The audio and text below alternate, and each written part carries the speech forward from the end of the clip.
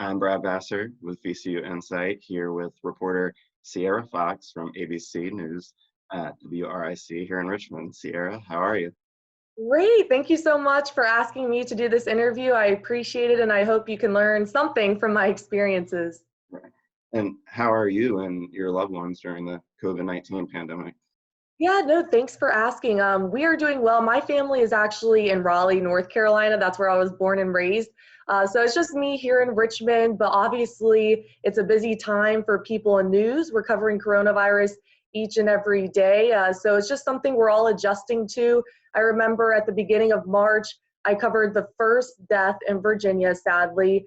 That was March 8th. And then since then, I've been covering a coronavirus story each and every day. And it was interesting to see the dynamic in the newsroom change as well. We've had to practice social distancing. So, we were all in the newsroom at that time. And then slowly people started to have to work from home. So it's been an adjustment, but we're all handling it well. And just trying to stay positive during this time and make people smile and just tell the stories they need to hear.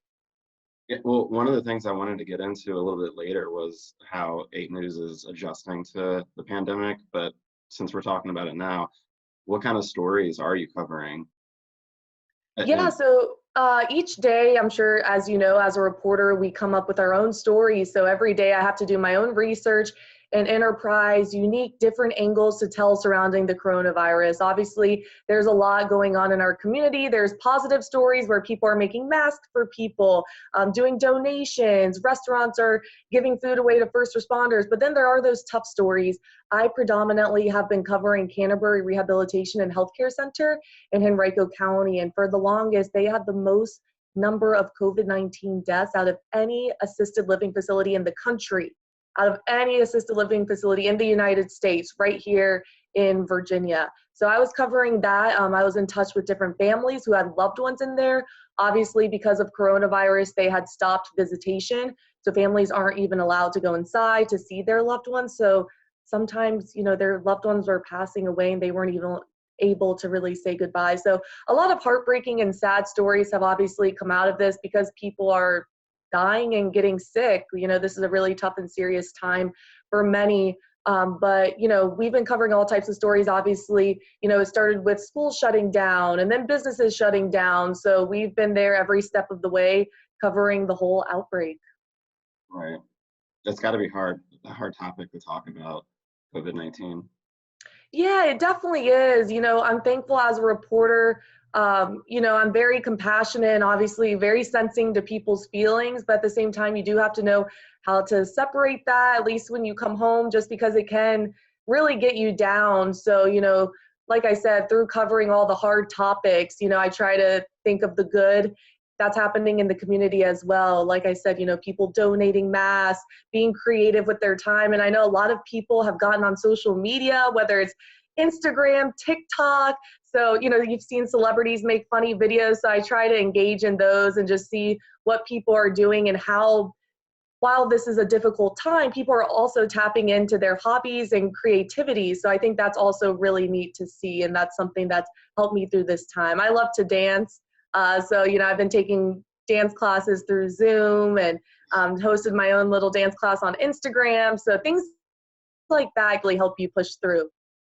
Well, so how are things like at the station now? I understand you're not allowed at the station unless you're just picking up equipment. Yeah, so I work night side. So I work 3 to midnight. And during that time shift, there aren't as many people in the newsroom. So there have been times where, I've had to work inside. Last night I edited my package in house and went live from inside the studio. But most of the time I am working from home like this, doing Zoom interviews with people. I do ask if people want to do an on-camera interview. Sometimes our station is still doing that, obviously with a 6-foot pole, so there's distance in between me and the interviewee. But a lot of people are preferring, digital interviews, just taking those precautions with meeting with people face to face, which I totally understand. And our station, is understanding about, obviously, during this time. It's just something we have to do. So our station is adjusting in a positive way. Obviously, there's not as many people in the newsroom right now. A lot of people are working from home, and even our anchors at the desk They don't stand next to each other like they do in a typical newscast. They're standing 6 feet apart. So we have just limited the number of staff inside to limit exposure, to make sure everyone is safe. Or is the station planning on like keeping the procedure the same if this is to last longer than what we all expect?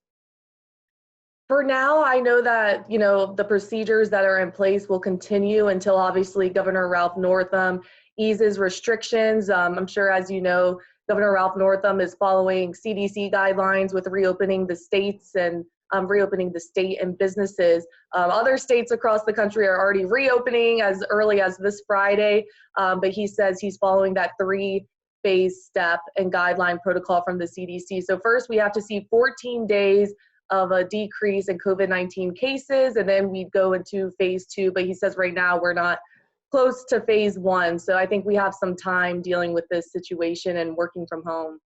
Right. Geez. Well, as I understand it, you just came up on 2 years at ABCA, right? I did. You did your research. I Yeah, have. It's crazy to think it's flown by, but yes, I've been here for 2 years now. that's gotta be exciting. Yeah, no, I've really enjoyed my time here. It's been great. I've covered all types of stories, so I really enjoyed my time here so far, and I look forward to more years to come. Right. So, well, let's talk about how you got here, in Richmond. So you're from North Carolina. Where did you go to school, and what led you to the path of journalism? Yeah, so I am from Raleigh, North Carolina, and I went to Campbell University, which is a small private school an hour south of Raleigh, North Carolina. There, I majored in communication studies and business marketing and management. And, I also did internships with the city of Raleigh in high school, their television program. And that's when I kind of got the niche for like, ooh, maybe I want to do something in TV. But if I'm being quite honest with you, I used to want to be a psychologist.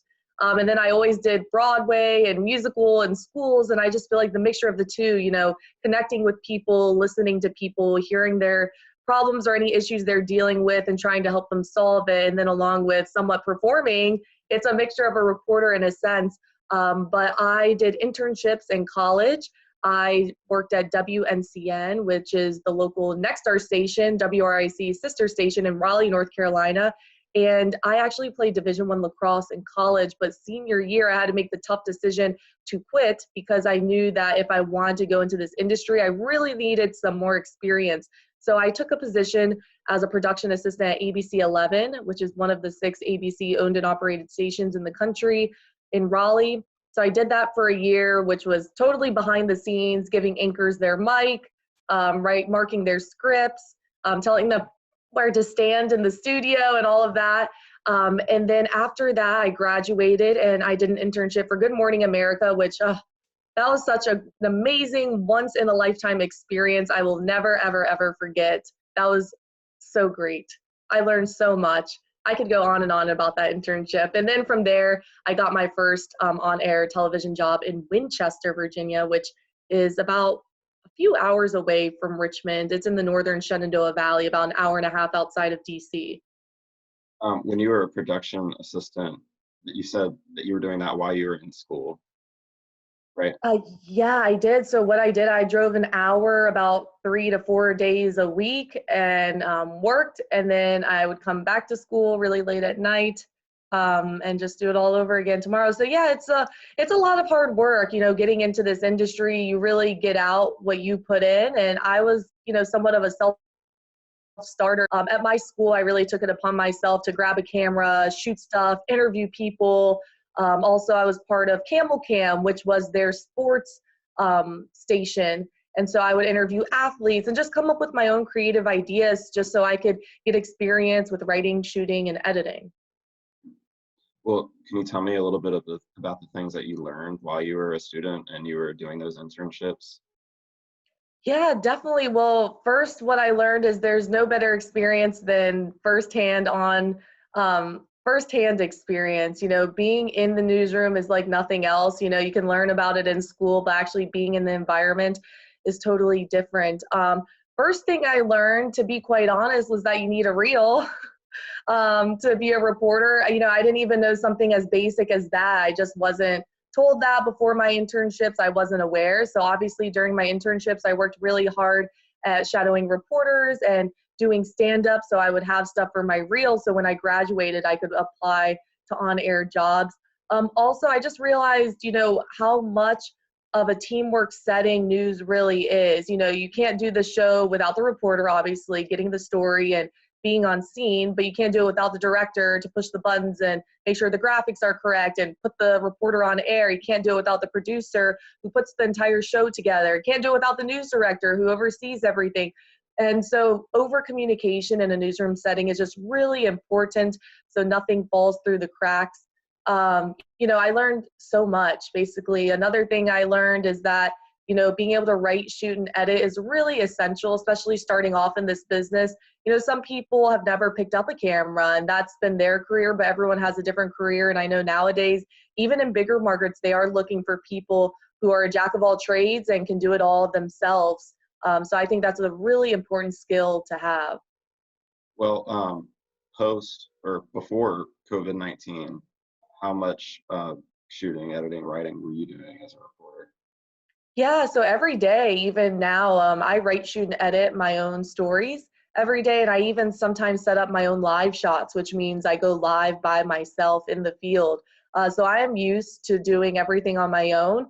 And that doesn't just include doing my story on air. I also am, very active on social media every day. That's Instagram, Twitter, Facebook, letting people know what my story is about. And I also write my own web script. So what you read online, a lot of times I write that. So, reporters, we do a lot each and every day. Sometimes it's like, do I even get a dinner break? You are busy nonstop. I feel like my mind's like this, it's not only physically, but also mentally, a lot each and every day, because you have to carry your own equipment. But I'm thankful my station, when possible, they do pair me with a photographer, especially during breaking news. It's just better sometimes to have someone there with you so you can gather the facts and you're not running around with your head cut off. But yeah, so I'm used to doing it. My first station, I wrote, shot, and edited everything myself. So I've been doing that since day one, since college. Well, I wanted to ask, when you went from ABC 11 in North Carolina to your job as a bureau reporter, first of all, how did you get from that to that? And second, what was some of the challenges you faced when you moved to a new area as a reporter?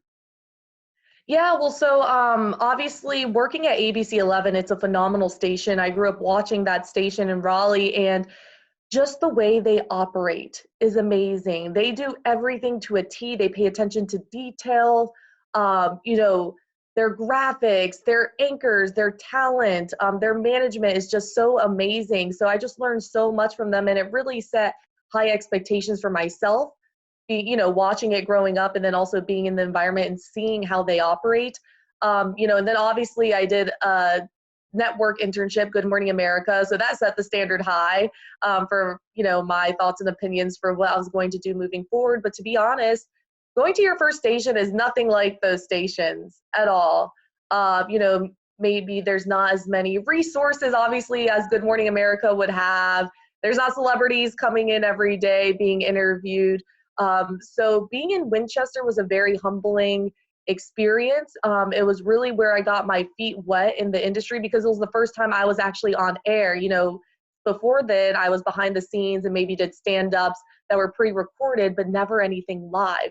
And so that was one challenge as well because, you had to really force yourself to go live. And as I stated before, you really got out what you put in. So at the station in Winchester, you really had to ask to go live so you could get that experience. So it was really up to you to make the situation worth your while. One thing in TV news, people always say, oh, you're famous and you could take me to dinner. You have money to buy me this. And I'm like, really?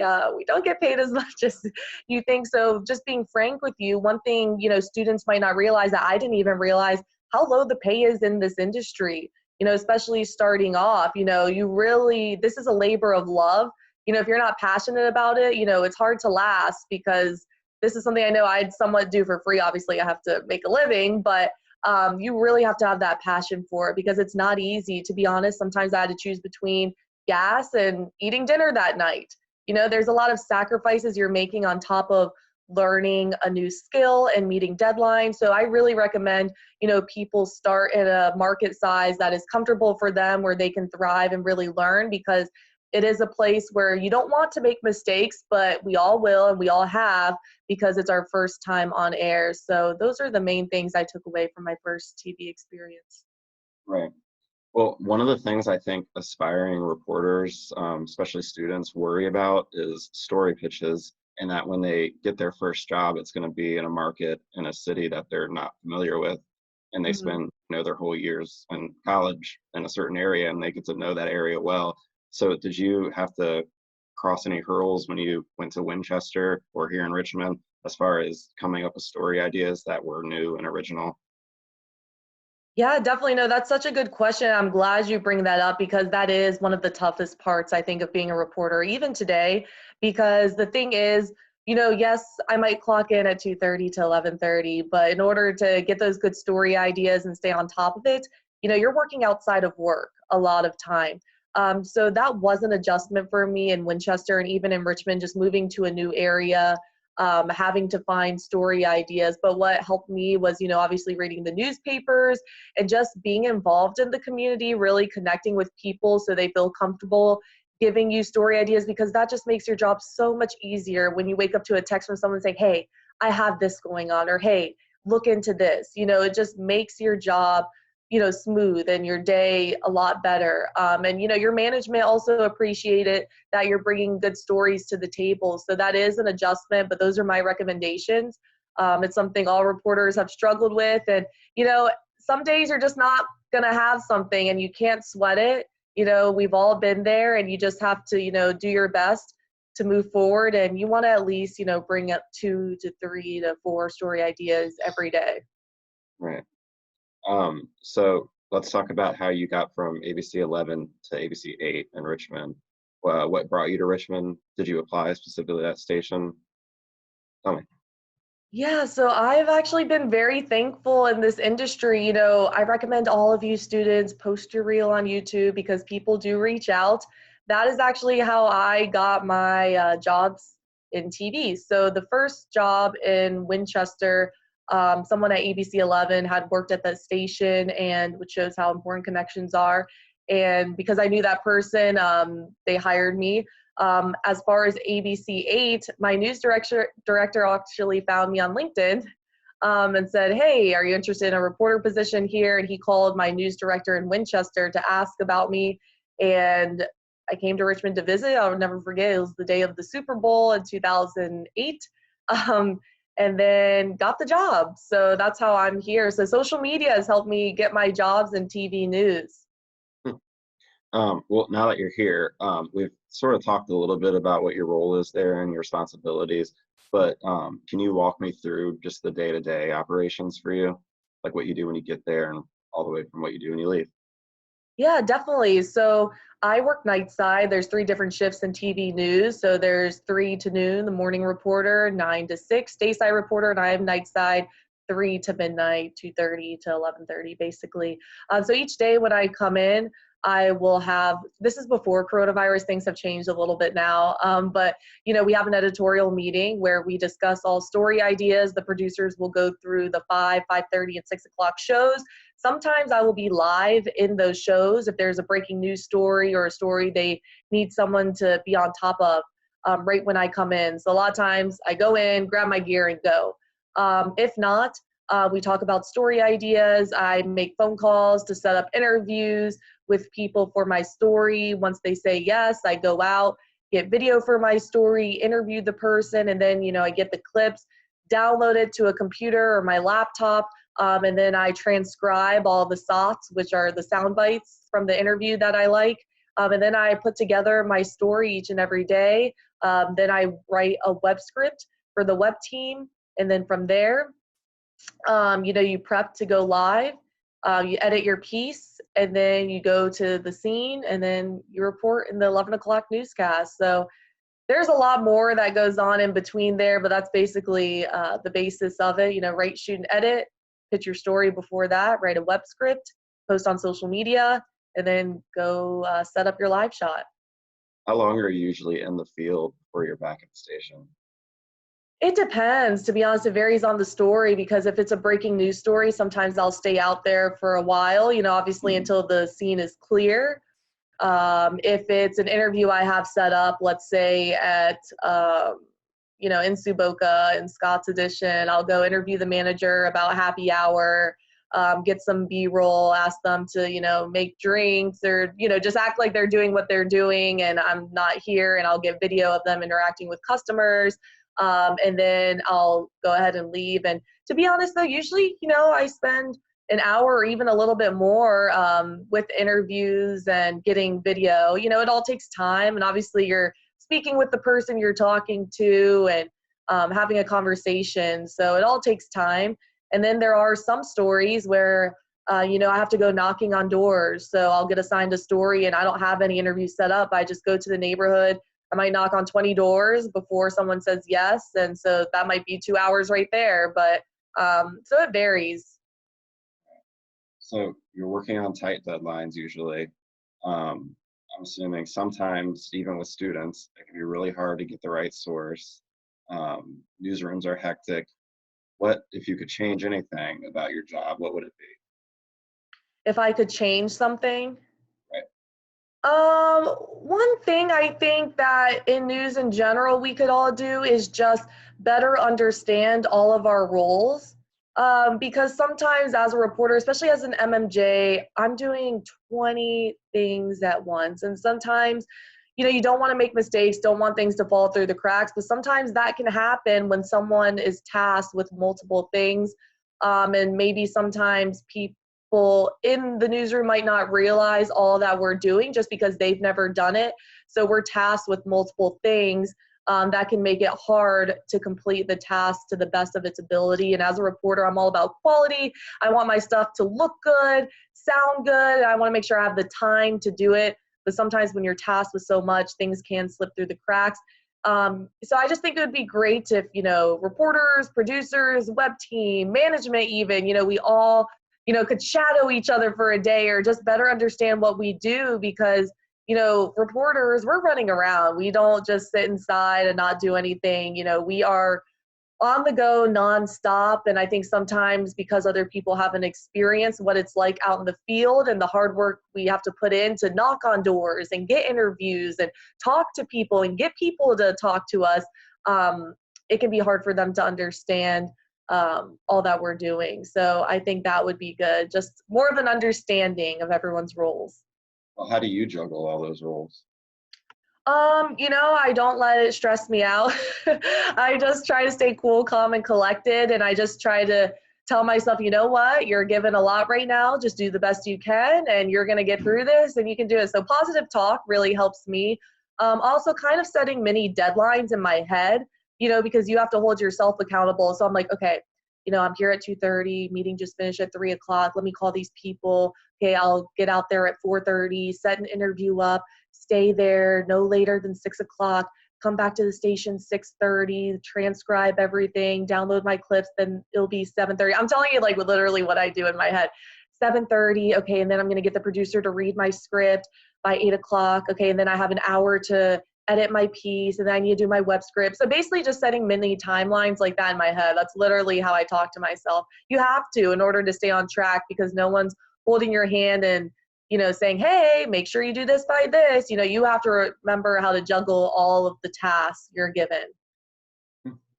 Um, so I want to talk a little bit about communication in the newsroom and Mhm. how long it takes to develop a good relationship with your producers and editors, and what your relationship with them is like. Yeah, definitely. So producers, I speak with my producers nonstop. In a newsroom or just any job in general, everyone has different ways of communicating. And I've realized, especially in this industry, everyone has different personalities, and it's really just about accepting people for who they are and learning how they best operate. I know me, I can be, very on top of it. I just like to call people versus text, because it's easier. You can get the answer you need or communicate something instantly. But I know some people maybe prefer an email or text, but as a reporter out in the field, we're not on our emails. So while a producer might want to send an email, reporters rather do a phone call. So it's just, which we don't mind either way. A producer will say, hey, just, I sent you an email, or a reporter will just call a producer, so it's just about knowing how everyone communicates and prefers communication. As far as relationships, I have a great relationship with, everyone in my newsroom. And I think it just takes time to develop that relationship. And as I said, everyone has different personalities. So some people just might not get along as well as other people might get along. That's just any work setting, any environment in general. But obviously, when it comes to work, you just want to make sure you get along. And I think open communication is really important, and over communication, just to make sure things don't fall through the cracks. But it's really a teamwork. You're in constant communication with your producers and management each day about your story. What do you think is something important that graduates know for the first time they step into a newsroom as a professional? First, one thing that they should know. Well, my advice would be just don't give up and just hang in there, seriously, because this industry is not easy. It feels easy, everyone would do it, right? You go on YouTube, there's a bunch of reels of people who would love to be a reporter and have, this position. And our job as a journalist is to tell great stories that, are important to the people and hold the powerful accountable. So I would just say, stay true to yourself too. This is a very difficult industry, and sometimes it can be easy to maybe change your attitude, or something can really affect you, but really stay positive, and just really don't give up. And if you have questions, ask, especially right away. That's my biggest advice. When you're new to a job, don't be afraid to ask questions, and just make sure you're learning everything, because it is your first TV job. No one's perfect. They know you're here to learn. So it's important that you soak up everything and say yes to all tasks. You're just starting off. It's good to get your hands and feet wet in everything. You want to learn how to, produce the weekend show, anchor the weekend show, report during the week. So just say yes to every task and be a team player and work hard, and it will pay off. How about for the application process and any interviewing advice you could give? Yeah, really just be yourself, and be eager. I think news directors want to see that, because obviously when you're applying for your first TV job, you don't really have any real world experience of being on air yet. But if they can just sense your passion for what you're about to get into and the industry that you want to be in, I think that will really set you apart from the rest. Also, I really recommend internships. I know a lot of the people who might see this, or people you speak with, might be seniors. And obviously during the coronavirus, I know it's a tough time to get internships, but that is really important for students who are freshmen, sophomore, juniors, to do, because they do want to see that although you couldn't get real experience on air, or maybe some people can, that would be great. You want to make sure you applied and try to get some type of newsroom experience to learn and see how a news station operates. Do you have any tips of like with how you interviewed that might have set you aside from other people applying for jobs? Yeah, I think I was just myself. I can't really remember how my interview process went, but I know one thing that may have helped me is that I was just very persistent. I know with my Good Morning America internship, I didn't just apply for Good Morning America. I actually applied to probably 10 different Disney internships. So they were like, wow, this girl really wants an internship with us. So I think seeing that helped. But to be honest, they told me thousands and thousands and thousands of people applied. And I'm sure other people did that same thing I did. So I'm not really sure what set me apart, but I'm just really thankful that they selected me, because I know it was not easy to get that internship. Well, before we wrap things up, I just want to ask where you are now. Is that where you wanted to be when you were first getting in the industry in North Carolina? Yeah, to be honest, I didn't really have a specific place in mind, and I still don't, like where I want to end up in TV news. I just know I love reporting and anchoring and doing what I do each day, being a journalist. I just know that Richmond is close to Raleigh, North Carolina, where my family is. So when the news director reached out to me about the job position, I thought it would be a good opportunity for me being close to home so I could still visit family. But other than that, I never really pictured myself in Richmond or in Virginia. As a matter of fact, I had no idea where I was going to start my career. I will say my first job offer was in North Dakota, and that just did not feel right to me. I was like, it is freezing there. It's across the country. I'd be so far away from family. And I know, as I mentioned, your first job isn't easy, not just with learning new things, but also the financial aspect of it. So being close to home was really helpful for me, and being able to visit friends nearby. So I really recommend that. And I just want, students out there to have the confidence that if something doesn't feel right and they get an offer, it's okay to hold off because something else will definitely come along. So just be patient. Even though you're close, was your family, how did they react to you wanting to move to Richmond?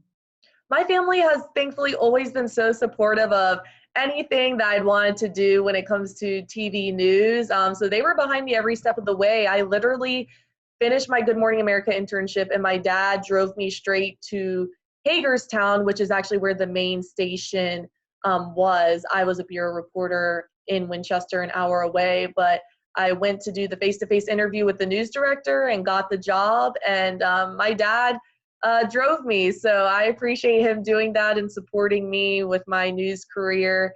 So I'm thankful my parents have been very supportive, and I'm sure they like that I'm close to home. Cool. Well, I think that's probably a good place to stop it for today. Again, Sierra Fox, reporter at ABC 8 News, WRIC here in Richmond. Thanks, Sierra. Thank you so much for having me, and best of luck. I know you're going to do great things. You're such a great interviewer. Thank you. Okay, awesome. Well, bye, All right. Brad. Stay safe and Thank you. healthy. You too. Take care.